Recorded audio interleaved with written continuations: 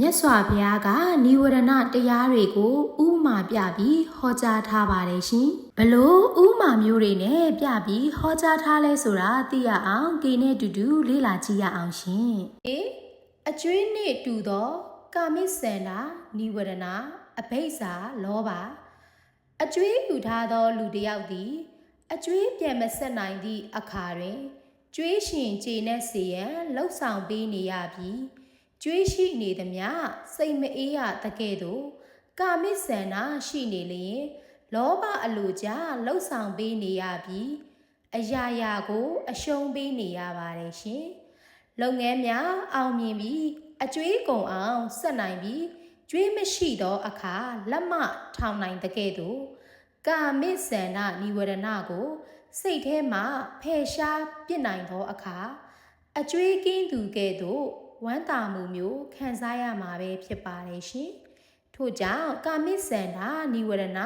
အဘိဇ္ဇာလောဘကိုဖယ်ရှားပစ်ရမှာပဲဖြစ်ပါတယ်ရှင်နေယောဂနှင့်တူသောဗျာပါဒနိဝရဏဒေါသယောဂဖြစ်၍နေမကောင်းနေသောသူသည်စိတ်ထဲ၌မပြောအစာလည်းမစားခြင်းစားလျင်လည်းအရသာမရှိတကဲ့သို့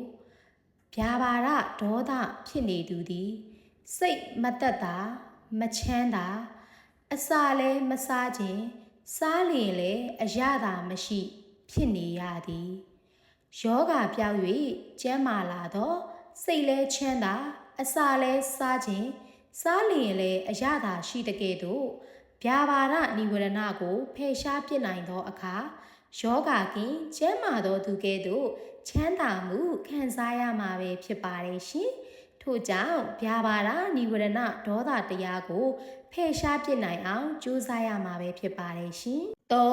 အချုပ်ထောင်နှင့်တူသောထိနမိတ်္ထနိဝရဏထောင်ကျနေသူသည်မြည်သည့်ပွဲလန်းသဘင်ရှိရှိပါဝင်ခွင့်မရသလိုထိနမိတ်္ထလွှမ်းမိုးပြီးအိတ်ချင်ငိုင်းမီနေသူသည်တရားနာခွင့်မရပဲတရားအရသာဓမ္မပီတိမှလွတ်သွားနိုင်ပါတယ်ရှင်ထောင်မှလွတ်လာသူသည်ပျော်စရာအလုံးကိုခံစားရပြီးဝမ်းမြောက်ဝမ်းသာဖြစ်ရတကဲ့သို့ထိနမိတ်္ထဖယ်ရှားပြီးသူသည်တရားအသည့်ဓမ္မပီတိများကိုတေချာခံစားရပြီးဝမ်းမြောက်ဝမ်းသာဖြစ်ရမှာပဲဖြစ်ပါတယ်ရှင်ကျမရတနာကေပါရှင်နောက်ထပ်ကြန့်ရှိနေတဲ့နိဝရဏတရားနှစ်ပါးဥပမာချောင်းကိုနောက်ဗီဒီယိုလေးမှာပြပြပေးသွားမှာပဲဖြစ်ပါတယ်ရှင်။ဟယ်လိုနိဝရဏတရားတွေကင်းဝေးကြလို့ကောင်းချီးမင်္ဂလာဖျားဖျားနဲ့ပြည့်စုံကြပါစေရှင်။